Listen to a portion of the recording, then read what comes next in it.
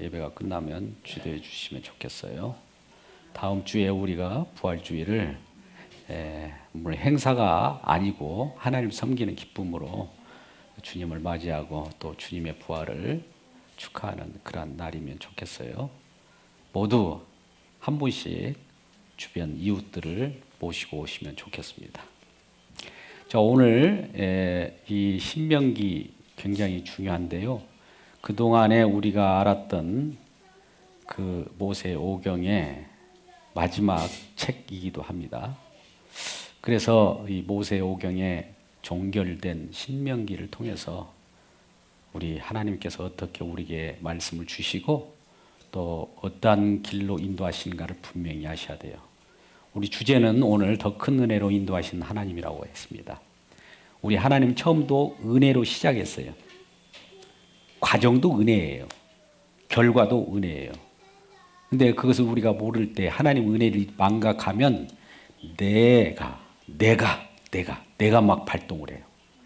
내가 꿈틀거리는 것은 뭔가 있다는 것이죠. 배후에 누가 조종하는 세력이 있어요. 그놈을 잡아 죽여야 되는 거예요. 그것이 진정한 복음의 해방을 가져다 주는 거예요.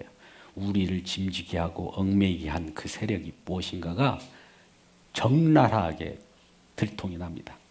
우리 창세기 3장 15절 말씀을 잘 알고 있을 거예요. 분명히 알죠? 여인의 후손, 여자의 후손이 뱀의 머리를 상하게 할 것이고 또 뱀의 후손은 뱀은 여자의 후손 발꿈치를 상하게 한다. 이 뭐예요 이게? 전쟁이에요, 전쟁. 지금도 전쟁이 일어나고 있는 거예요. 그 속에서 우리는 그 틈바구니에서 주님이 어떤 일을 하시는가? 아니면 사단이 어떤 일을 하는가? 이 두 가지를 다 보고 있는 거예요. 근데 우리는 연약해서 주님의 은혜보다도 사단의 조종을 받아요. 사단은 너 잘났다, 네가 나서 그러잖아요. 그런 싸움의 일환으로 오늘 신명기를 쭉 보셔야 됩니다. 지금까지 창세기로부터 지금까지 계속 우리가 말씀을 보고 있습니다만 신명기 우리가 6장 지금 4절부터 9절까지는 말씀 봤잖아요.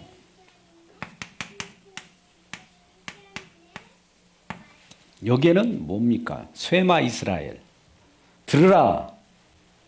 말씀이죠.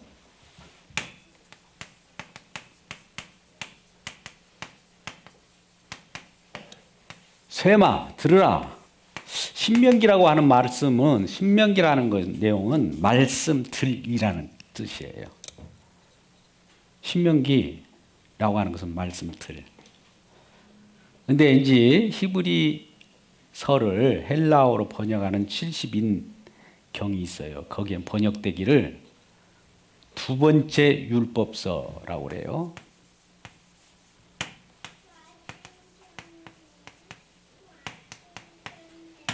이렇게 번역을 했어요. 우리가 이제 신명기 17장 18절 말씀에 그대로 나오는데 이걸 사본,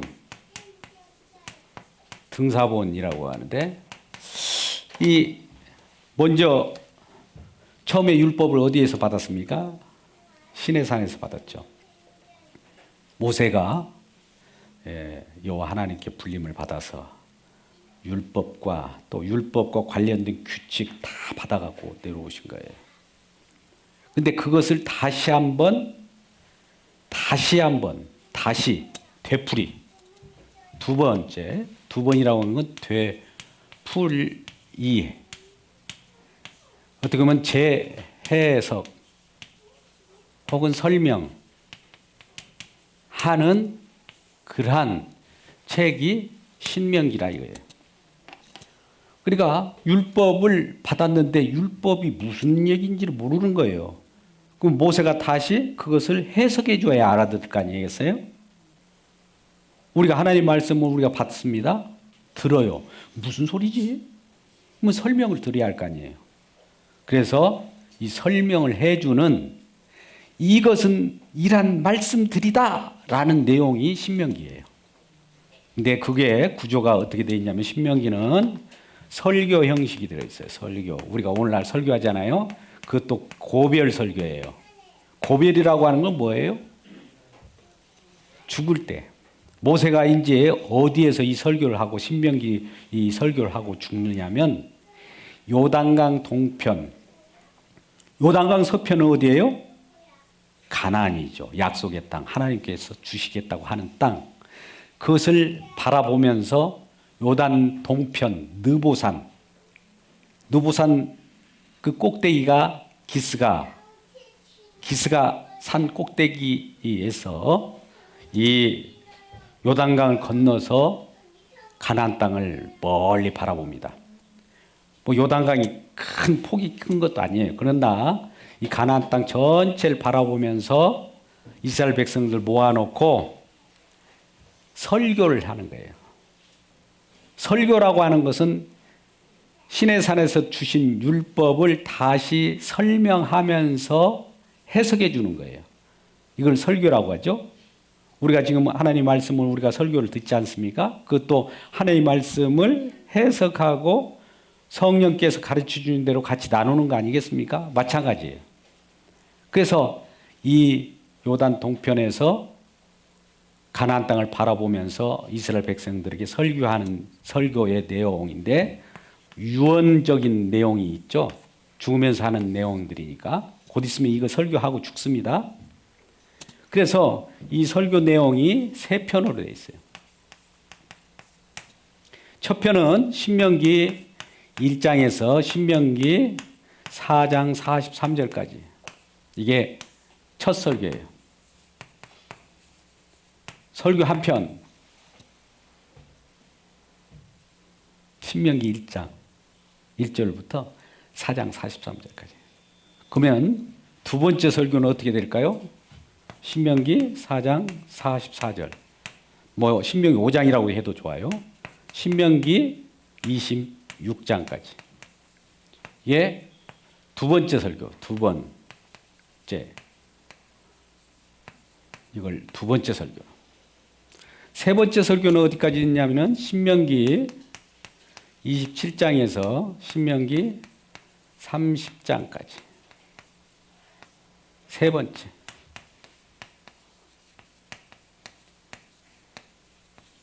자, 설교 3편을 하고 그 다음에 30장부터 이제 34장까지 있는데요. 여기는 뭐 모세가 노래를 또 하고 또 이스라엘 백성들을 축복하고 이런 것으로 마감을 하는 겁니다. 그 다음에 죽음을 가져오는 그런 것으로 이렇게 있는데 첫 번째, 두 번째, 세 번째 설교는 이렇게 돼 있어요. 이거는 과거에 대한 거예요. 이스라엘 백성들 지금 설교를 하는 대상이 누구예요? 광야에서 태어난 2세대들에게 설교하잖아요. 다음 세대라고 할까요? 1세대는 어디예요? 출애굽에 가가지고 광야에서 40년 동안에 빙빙빙빙 돌았던 그들의 조상.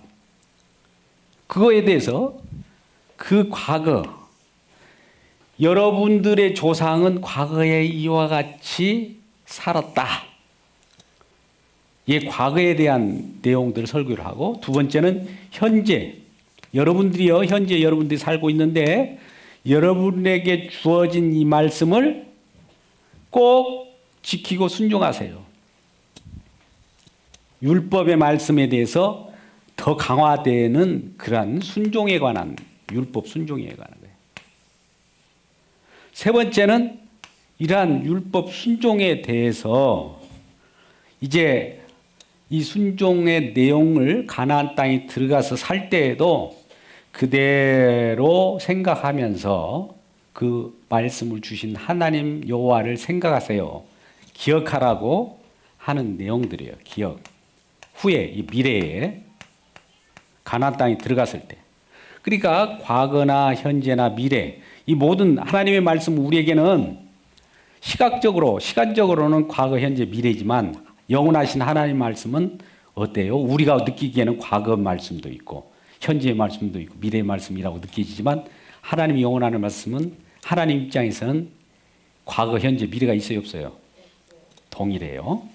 어제의 말씀, 그때의 말씀과 동일한 말씀이 오늘도 우리에게 들려지는 거고요. 앞으로도 영원하게 이 말씀이 동일한 말씀이라 이게. 그러니까 이 말씀을 우리가 받을 때 신명기는 이와 같이 과거, 현재, 미래라고 우리가 나누어서 보지만 그럼에도 불구하고 하나님의 말씀은 이러한 시간적 개념이 없고 영원한 말씀이라는 것을 알고 생각하셔야 돼요. 자, 이렇게 고별 설교를 하고 결과적으로 이에 모세는 죽음을 맞이하겠죠. 우리 모세가 이와 같이 가나안 땅을 바라보면서 설교하고 죽은 것이 이제 신명기인데 이게 왜 중요하느냐? 구약 성경의 중심부예요. 잘 들어보세요. 구약이 중심이라고요. 신명기를 통해서 앞으로 전개되는 모든 말씀이 여기서부터 진행이 돼요. 우리가 사사기, 여호수아로부터 사사기, 열왕기, 상하, 역대, 상하 다 에스더까지. 그러니까 얼마나 중요한지 몰라요. 그리고 이 신명기는 신약에서도 예수님께서 인용을 했어요. 여러분, 예수님께서 공생애를 시작할 때 성령에 이끌려서 어디로 가죠? 광야에 시험 받을 때. 광야에서 시험을 받았잖아요. 뭘 시험했을까요? 광야에서? 우리가 마태복음 4장이나 누가복음 4장 보면 공생애 시작하기 전에 예수님의 시험이 있어요. 예수님을 시험하는 내용이 있어요. 누가 시험했습니까? 마귀가 시험했는데 성령이 이끌려서 광야에서 시험할 때 첫 번째 뭘 가지고 시험을 했습니까? 예? 떡? 빵이에요, 떡이에요? 해석은 두 가지로 나와요. 빵이든 떡이든. 우리는 밥이라고 해도 되죠. 예. 떡 먹고 사는 사람도 있습니까? 오늘 점심에 떡 먹었어요? 우리 밥이라고 하죠. 미국 사람들은 그들한테 떡 먹었냐고 그래야 돼요? 밥 먹었냐고 그래요? 빵? 예. 빵 소리 나네요. 일단은 떡이라고 봅시다. 쉽게. 떡에 대한 것 가지고 시험을 했어요. 그러면 거기에 대해서 예수님은 무슨 말씀으로 물리쳤을까요? 오늘 신명기 말씀이에요. 어디에? 신명기 8장 3절 말씀이에요. 사람이 떡으로만 사는 것이 아니요 여호와의 입에서 나오는 모든 말씀으로 사는 것이다. 우리가 사실은 육신적으로 이 몸뚱이가 있어서 이걸 유지하려고 떡을 먹는 거지만 영원한 세계 하나님 나라의 백성으로서는 하나님에서 살아가는 것은 하나님 말씀으로 살아가는 거예요. 떡도 하나님 말씀의 일환으로 주어진 거예요. 사실 심고 거둠의 법칙도 우리가 무지개 언약이라고 하는 노아 때 우리에게 주어진 거예요. 떡들도 사실은 정결한 짐승의 희생으로 우리가 먹고 떡도 먹는 것도 또 우리에게 주어진 거라. 자, 이런 건데 두 번째는 뭘 시험했어요?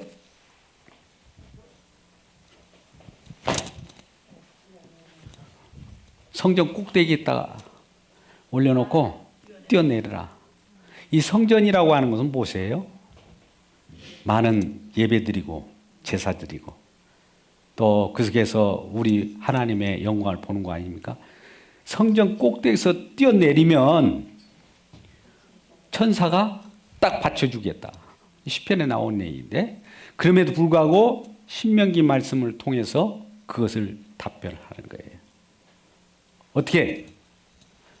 이 성전 꼭대기에 시험을 하는데 꼭대기에서 내리라 할 때 뭐래요? 시험하지 말라라고 그래요.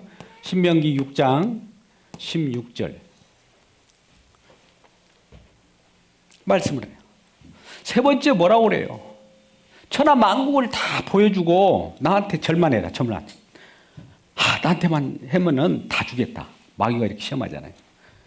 자, 세 번째 천하 만국을 다 주겠다. 절만해라. 할 때 뭐라고 그래요? 신명기 6장 13절 말씀 가지고 여호와만 경배하라고 그랬다. 그죠? 여호와만 경배하라 했다. 6장 13절에. 그러니까 어떻게 보면 신명기 말씀을 가지고 인용을 해서 예수님께서도 탁 사단의 마귀에 그러한 유혹도 물리쳤어요. 그러니까 얼마나 중요해요? 신명기 말씀이. 그래서 신명기 말씀이 이와 같이 전개된다는 이 사실인데, 아까 우리가 처음에 말씀을 6장 4절부터 9절까지 말씀을 우리가 같이 읽었는데요. 이 말씀을 한번 그림으로 잠깐 한번 보여드릴게요. 이렇게 그려볼 수가 있습니다. 우리 쇠마 이스라엘 이 내용이 나오면 어떤 모습이 보이냐면, 지금 들어가도 나가도 어떻게 해요? 쇠마 이스라엘 들으라 하면서 여호와 하나님을 사랑하라 그러잖아요. 사랑하라. 누가요? 우리가 여호와 하나님을 사랑하래요. 자, 우리에게 명령한 거예요. 자, 행위의 주체가 누구예요? 우리가 해야 돼요. 우리, 저와 여러분이. 우리가 이렇게 사랑해야 돼요. 여호와의 말씀을 청종하고. 그러면서 이렇게 이 여호와 하나님을 말씀으로 사랑하여야 되는데, 이 자가 어떻게 지금 되어 있냐면은 말씀을 둘둘 감고 살아요. 자, 말씀. 아까 신명기 말씀이 뭐예요? 말씀 들이라고 했잖아요. 말씀들을 이렇게 둘둘 감고 삽니다. 손목에 기호를 삼고, 미간에 표를 삼고, 또 문설주와 임방, 그리고 바깥을, 또 누웠을 때나 일어날 때나 잘 때나 길을 갈 때나 전부 말씀 속에서 살아가라는 거예요. 말씀 속에 들어있어요. 이렇게. 그런데 말씀을 이 자가 말씀들 하나하나 한 구절을 말씀들을 보면서 말씀을 지켜야 돼요. 지켜야. 이 사람이 다시 말하면 순종해야 돼요. 여호와 하나님 말씀을 순종하면서 하나님을 사랑하라는 거예요. 하나님을 사랑하라. 여러분, 율법의 큰 요약은 뭡니까? 이와 같이 신명기가 율법을 제어석이는가? 하나님 사랑하라. 또 이웃을 사랑하라는 것은 신명기에는 안 나와요. 이 하나님을 사랑하라고 하는 것이 이제 오늘 신명기 6장 5절이죠? 그죠? 그 다음에 이웃을 사랑하라는 것은 어디에 나오냐면 레위기 19장 18절의 말씀에 나와요. 이웃 사랑. 하나님 사랑. 이게 율법이에요, 사실. 레위기도 율법이잖아요. 그러죠? 이 말씀을 지금 띄워주면 좋겠어요. 뒤에 있는 분. 우리가 같이 말씀을 같이 볼 때는 서로 도우는 것이 좋아요. 그래서 이러한 내용을 뜻을 다해 하나님을 사랑하고, 또 레위기 19장 18절에는 내 이웃을 내 자신과 같이 사랑하라. 이거예요. 그러면 이러한 하나님의 말씀을 두루두루 이런 내용들이 여기에 다 들어있단 말이죠. 그러면 이것을 이 속에 들어있는 이 말씀들을 두루 감고 살아갔던 이스라엘 백성들은 이 속에서 말씀들을 지키려고 무단히 노력했겠죠. 그래서 이 속에서 순종하라, 순종하라, 지켜라, 듣고 지켜라. 이런 내용이 구약이에요, 구약. 신명기예요. 이런 내용들로 살아가기를 주의 여러분 축복합니다. 이렇게 살아가면 또 복을 받아요. 자, 우리가 신명기에 가장 잘 아는 장이 있어요. 몇 장입니까? 축복과 저주를 주는 장이 어디예요? 신명기 28장이죠. 28장. 28장 1절에서 14절까지 하고 또 28장 16절에서 15절에서부터 68절까지 말씀. 이거는 축복. 하나님의 말씀을 우리가 지켜 행하고 순종하면 들어나가도 나가도 머리가 되고 꼬리가 되지 않고 성읍에서도 떡 반죽 그릇이. 하여튼 좋은 것은 다 받을 수 있는 것이 축복이에요. 14절까지. 근데 15절부터 68절까지는 좀 길어요. 근데 하나님의 말씀을 어기면, 하나님의 말씀을 지키지 않으면 뭐가 옵니까? 저주가 와요. 그렇다면 이 말씀들 몇 면을 한번 보라고요. 이 말씀이, 하나님 말씀이 지금 계명으로, 심지어 우리가 쉽게 말하면 10계명만 주어졌다고 봅시다. 10가지 계명이 또 확대하면 613가지잖아요.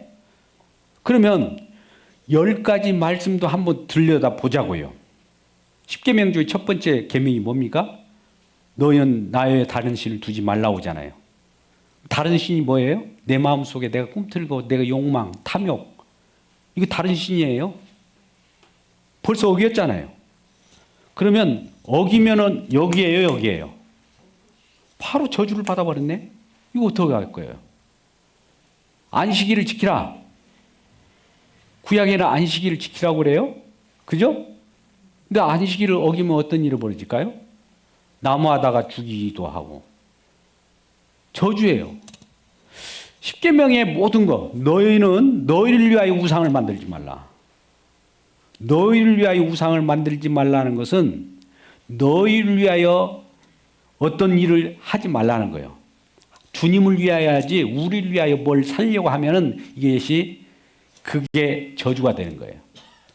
그래서 전부 축복보다도 저주 속에 다 몰려버리는 거예요. 이거 어떻게 하겠어요? 이런 식으로, 아니 우리가 순종해서 하나님을 사랑하고 이웃을 사랑하려고 말씀을 지키려고 하는데 이 말씀 속에서는 어떻게 보면 숨 막히잖아요. 숨 막히는 모습이죠. 숨 막히죠. 아우 숨 막혀. 그죠? 신명기 말씀을 보면 아우 숨 막혀.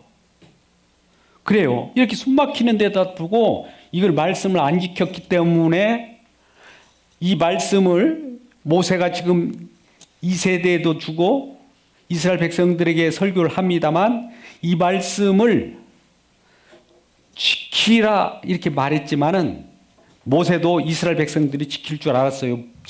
못 지킨다고 생각했을까요? 어떻게?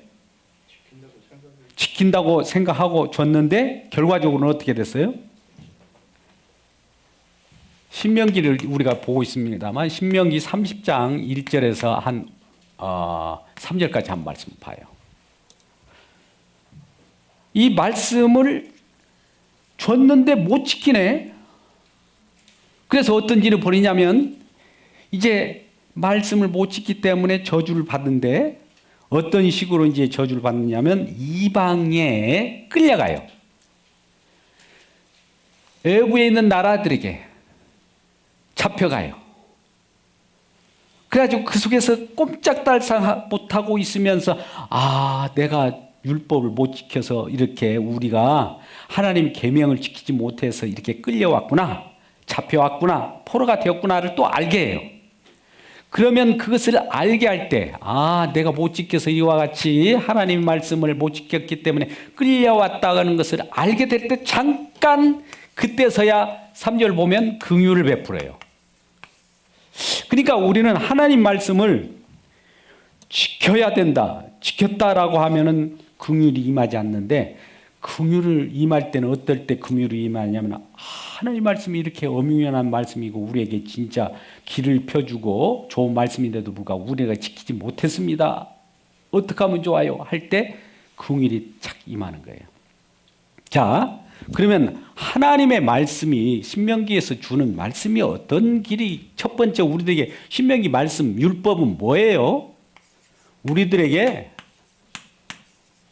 규범이 돼요. 살아가는 어떤 기준이 됩니다. 좋은 것이에요. 율법은 분명히 좋은 것이라고 했어요. 두 번째는 하나님께서 가르쳐 주시는 어떤 길을 알게 해요. 우리가 인생길, 나그네 길 어디로 가야 해요? 어디로 가야 하나, 어디로 가나. 이렇게 방황할 때 그 길을 안내해 주는 거예요. 궁극적으로 이 길이 나중에 예수님이라는 걸 알지만 이 길을 안내해 주는 것이에요.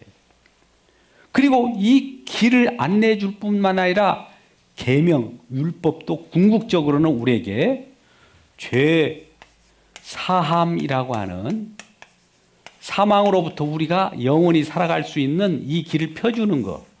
이 세 가지의 기능을 해요. 자, 첫 번째 뭐라고요? 우리에게 규범, 법칙. 우리가 지금 사회법이 많이 나와 있잖아요. 사회법.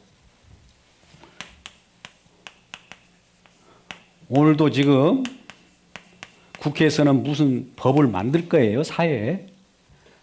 우리에게 지금 코로나 때문에 힘들 때는 뭔가 예산을 사용해서 풀어주려고 하는 사회법.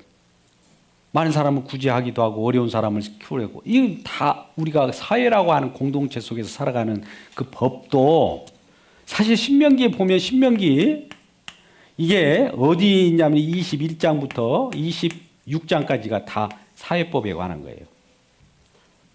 그래서 거기에서 오늘날 성범죄에 관한 것을 예방도 하고 또 서로 간의 규칙을 지켜야 될 부분들도 알고 이런 것들이 다 기록되어 있어요. 거기에 기반해서 세상 법들도 뭔가 정해졌는데 자기도 모르게 그런 법을 정했는데 나중에 알고 보니까 출발점이 신명기예요. 말씀이 출발점이에요. 세상 온통 법이 많이 있지만 추적해서 들어가면 결과적으로 하나님께서 말씀하신 것을 그들도 인용하고 있었다는 사실을 그들은 모르고 있지만은 인용이 되어 있는 거예요. 자기도 모르게 하나님 그렇게 인도하는 거예요. 그래서 이러한 규범을 주고 길을 내주고 죄사함의 길을 이런 하나님 말씀이라는 것을 우리가 봐야 됩니다. 이런 것들 때문에 신명기가 그렇게 중요한 거예요. 아까 예수님께서도 이 말씀 신명기 말씀을 통해서 하나님 여호와만 경외하라고 했다. 또 마사에 시험 당하는 것처럼 나 시험치 마라. 신명기 8장 3절 우리가 떡으로만 사는 것이 아니라 하나님 말씀으로 살아가라고 했다. 탁탁 말씀을 대적들이 유혹하면 말씀으로 탁탁 물리칠 수 있는 것은 신명기 말씀이 그만큼 중요하다는 거예요. 그렇다면 여러분 이 그림을 보십시오. 이 말씀들이 이렇게 있는데 들어가도 나가도 미간에 손목에 또 문설주에 그러면 이 속에서 이런 이스라엘 백성들에게 이런 말씀을 계속 강론하라고 하고 아이들에게도 이걸 가르치라고 그래요. 그러면 이 속에 있는 아이들 또 우리 2세대 우리들도 마찬가지예요. 우리가 이걸 시켜서 순종해야 되는데 이거 마땅해 이렇게 해야 돼요. 근데 문제가 있어요. 문제가 이대로만 되면 좋잖아요. 근데 문제가 뭐가 있을까? 이 말씀들이 문제가 있을까요? 누가 문제가 있을까요? 요게 문제예요. 요게 뭐가 있냐면 뒤에서 지금 조종을 하네. 누가? 우리 까맣 몰라요. 누가 조종한지를. 이 조종하는 것이 아까 제가 창세기 3장 15절에 제가 말씀드렸잖아요. 이 뒤에 사단이라고 하는 자가 자꾸 이 말씀을 네가 이루어서 너의 의를 드높이고 네가 말씀을 이룬 당사자로서 너 자신을 드러내고 그렇게 살아가는 거야 라고 뒤에서 부추겨요. 사실 하나님도 그것을 알고 있으면서 이 말씀을 주는 거예요. 그런데 이런 말씀들이 어떻게 신약에 와서 해석이 되느냐면 여러분들 구약에서는 여기 머무르면 이렇게 끝나버려요. 다 갇혀버려요. 자, 다 갇혔다. 구약은 다 갇힌 거예요. 그 왜 갇히게 했을까? 아, 우리는 갇힌 존재임을 먼저 알게 하려고 구약을 준 거예요. 자, 우리가 구약을 준 건 뭐라고요? 다 갇혔다. 어디에 갇혔는가를 이제 규명해 보면 아는데, 이거를 성령의 감동에 영감을 받은 영감. 죄송합니다. 여기 연세 드시는 영감님들. 군수 영감도 영감이라고 그래요. 이전에 보니까 우리 젊은 어떤 후배, 그러니까 판사가 됐어요. 그래서 축하하러 간다고 했더니 다른 사람들이 뭐 영감님 무슨 영감이 어딨나 싶더니 벌써 이제 하여튼 그런 경우 있어요. 일단 영감을 받은 자가 뭐예요? 하나님의 말씀을, 영감이라는 건 하나님의 말씀이 기록될 수 있는 사도들이나 선지자를 얘기하는 거예요. 영감을 받은 사도, 신약에 사도들이 영감을 받아가지고 이 예수님의 완성된, 잘 보세요. 여기 굉장히 중요합니다. 완성된 빛으로 이 구약을 들여다봐야 돼요. 성령에 감동된 그 사도의 입장에서 구약을 이렇게 들여다봐야 성령이 가르쳐줘야 알잖아요. 하나님 가르쳐줘야 해서 이 내용이 뭡니까? 왜 갇히게 해가지고 이거 말씀 순종하라고 다 되었는데 말씀을 순종하면 복을 받고 말씀을 순종하지 못하면 저주라고 그랬는데 대부분 다 말씀을 순종하려고 그랬더니 순종이 안 되더라 이게요. 다 그러면 불순종이면 어떻게 돼요? 불순종 때문에 이리저리 잡혀가고 결과적으로는 끝까지 다 저주예요. 저주 안 받은 사람이 없어요. 구약에도 다. 전부 저주네. 그것도 이 율법이라고 하는 것은 지킨 만큼 복을 받는 것이 아니라 하나를 어기면 그동안 지켰던 것도 다 어그러져 버려요. 그래서 이 모두가 저주를 받는 저주 가운데에 놓여 있음을 신약 사도가 알았어요. 구약 때 이렇게 말씀을 주셨는데 지킨 자가 하나도 없도다. 저주. 전부가 저주. 자, 이것을 신약 사도가 어떻게 보면 잘 보세요. 갈라디아서 잘 펴보세요. 굉장히 중요하니까. 3장 10절 말씀 보세요. 어떤 상태에 있는가? 로마서 11장 32절 말씀 보세요. 로마서 3장 19절 20절 말씀 보세요. 신약이에요. 신약. 이 사도가 구약 요거를 성령을 받고 감동되어서 이것을 바라보니까 이 내용이네 라고 가르쳐줘요. 이 내용을 가르쳐주지 않고 이 신약인 사도가 가르쳐주지 않으면 우린 여기만 머물러요. 여기에 머물르면 어떤 일이 벌어질까요? 구약 시대만 살아가는 거예요. 그러니까 신약까지 와야 우린 자유를 누리고 복음을 접한 거예요. 자, 그렇다면 3장 10절 말씀 한번 읽어보세요. 자, 같이 읽겠습니다. 시작.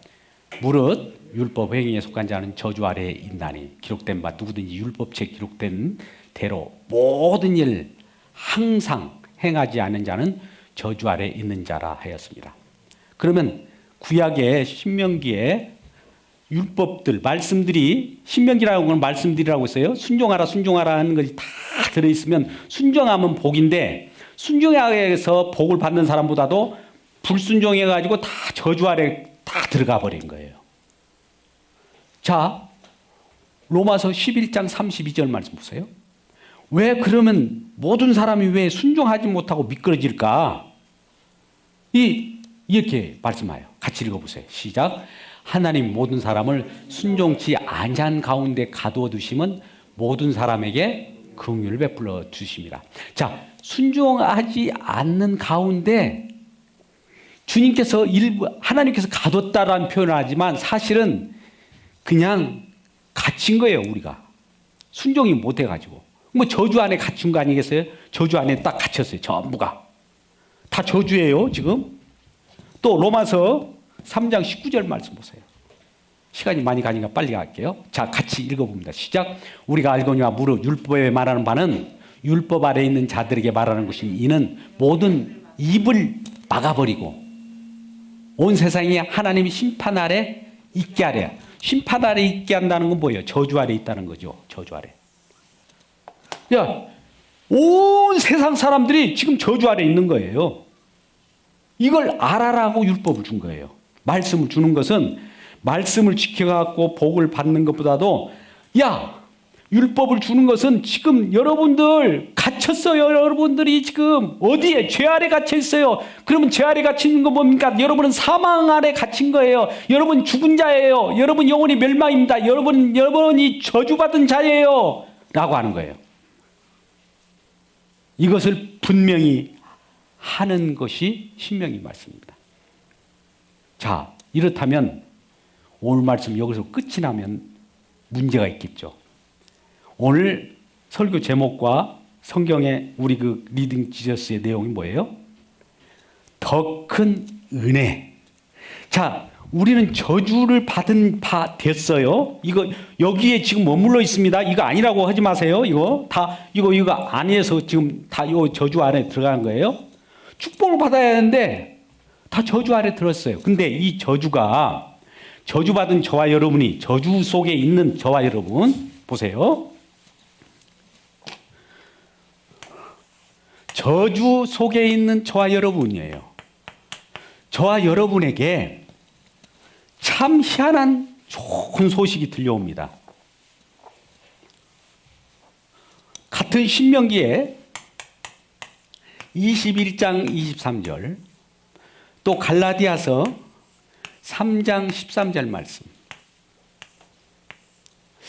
우리가 이제 저주를 받아야 돼요. 심판을 받아요. 쉽게 말하면 심판을 받아야 되는데 우리가 받을 심판을 신명기 21장 23절에 보면 이 저주를 받는 자는 나무에 달린 자마다 즉 앞으로 나무 십자가에 달린 자마다 저주받는 자인데 이 갈라디아서 3장 13절도 말씀 저주에 대한 얘기예요.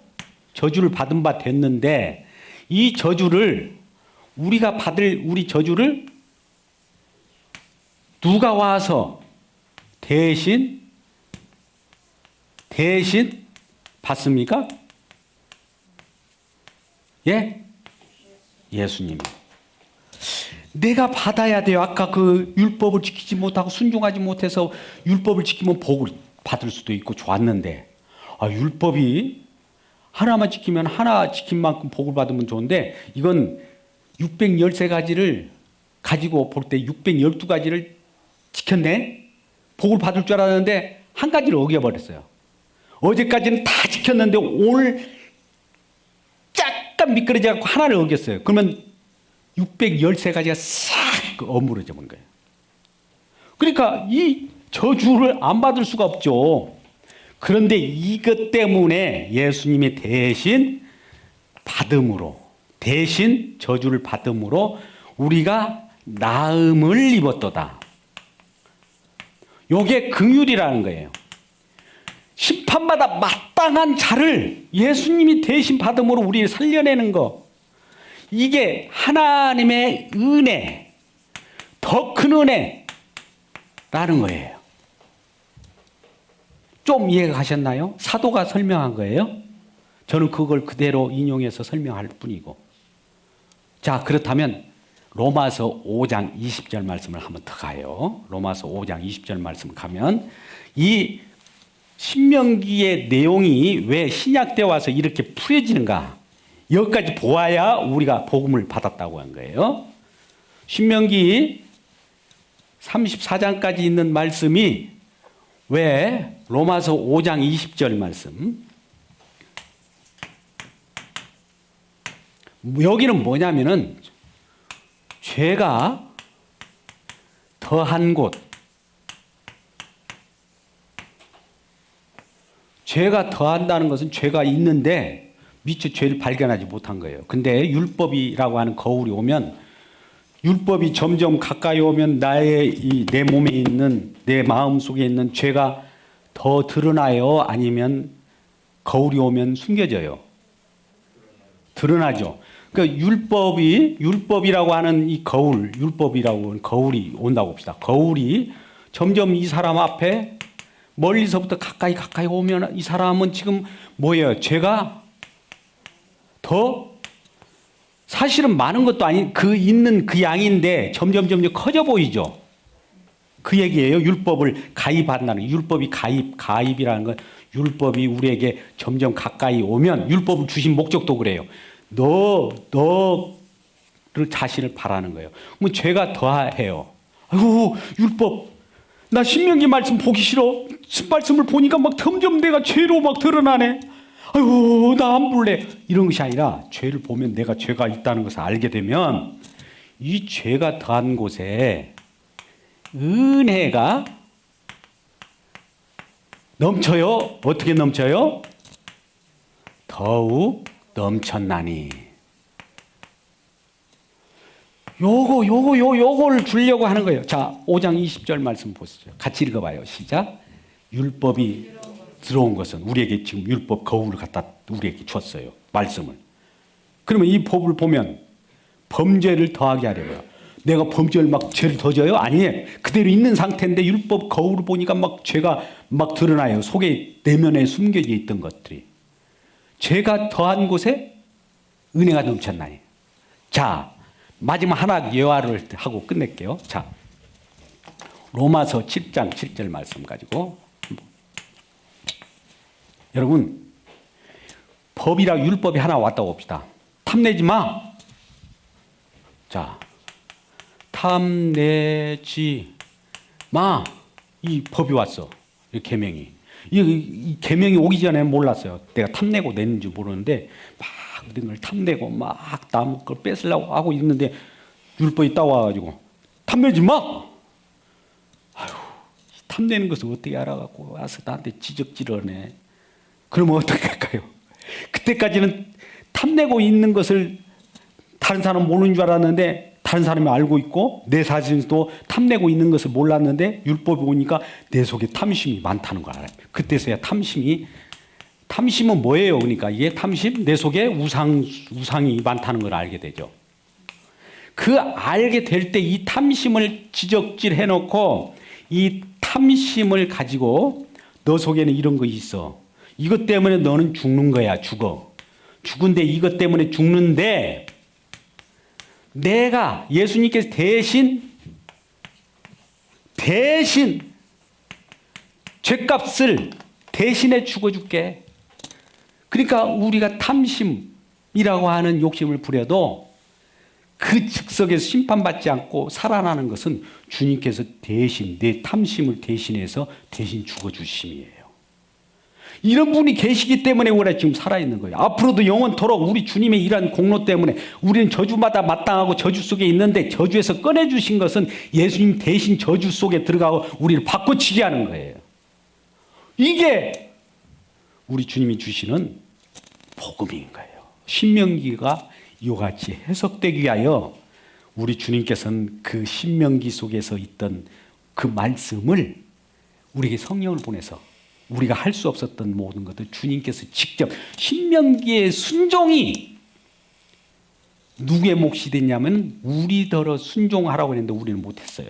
근데 예수님이 직접 말씀에 순종하는 꼴이 돼가지고 우리 대신 순종할 수 없는 저와 여러분 대신해서 우리가 순종하는 그러한 격이 돼버린 거예요. 대신 순종하심으로 그를 믿는 우리들은 그 순종이 우리 순종이 돼버린 거예요. 자, 여기서 마지막 우리 주님은 아까 우리가 말씀들 신명기는 말씀들이라고 써요. 말씀들 안에 지금 둘둘둘둘 우리는 지금 감겨 있어요. 그럼 말씀들이 나중에 어떻게 되냐면요, 여러분 이 말씀 마지막 그림을 하나 보고 마치도록 해요. 이 말씀들이 예수님께서 다 이루는 말씀들이에요. 뭘로 이뤘어요? 이룬 말씀들이 장차 뭐가 됩니까? 이루실 때 피로 이뤘잖아요. 피 속에 우리가 들어있는 거예요. 말씀들은 피로서 순종이 되는 거예요. 그랬을 때 이 피 속에서 하나님은 피와 함께 우리들에게 길을 열어주었는데 그 길이 마태복음 27장 51절 말씀이에요. 휘장이 쫙 찢어지면서 하늘의 그 비밀의 내용들로 말씀이 이루어진 내용들 때문에 이 사람이 이 피의 공로 때문에 이 말씀들로부터 자유를 얻고 이 피의 공로 때문에 살아간다는 이 사실을 알고 주님의 피, 주님의 공로, 주님께서 죽으신 이것을 우리 찬송하는 겁니다. 이러한 내용을 가지고 이 신명기서를 다시 들여다보면 우리 순종의 내용이 주님의 순종으로 바뀌고 또 우리가 믿음 속에서 살아가는 이 자체가 순종 그 자체예요. 이 말씀이 조금 우리가 받아들이기 힘들더라도 자꾸 말씀을 보다 보면 성령께서 깨우쳐주고 또 가르쳐 주실 겁니다. 이러한 가르쳐 주심 속에 자유를 드리는 모두가 되기를 주님의 이름으로 축복합니다. 기도하겠습니다.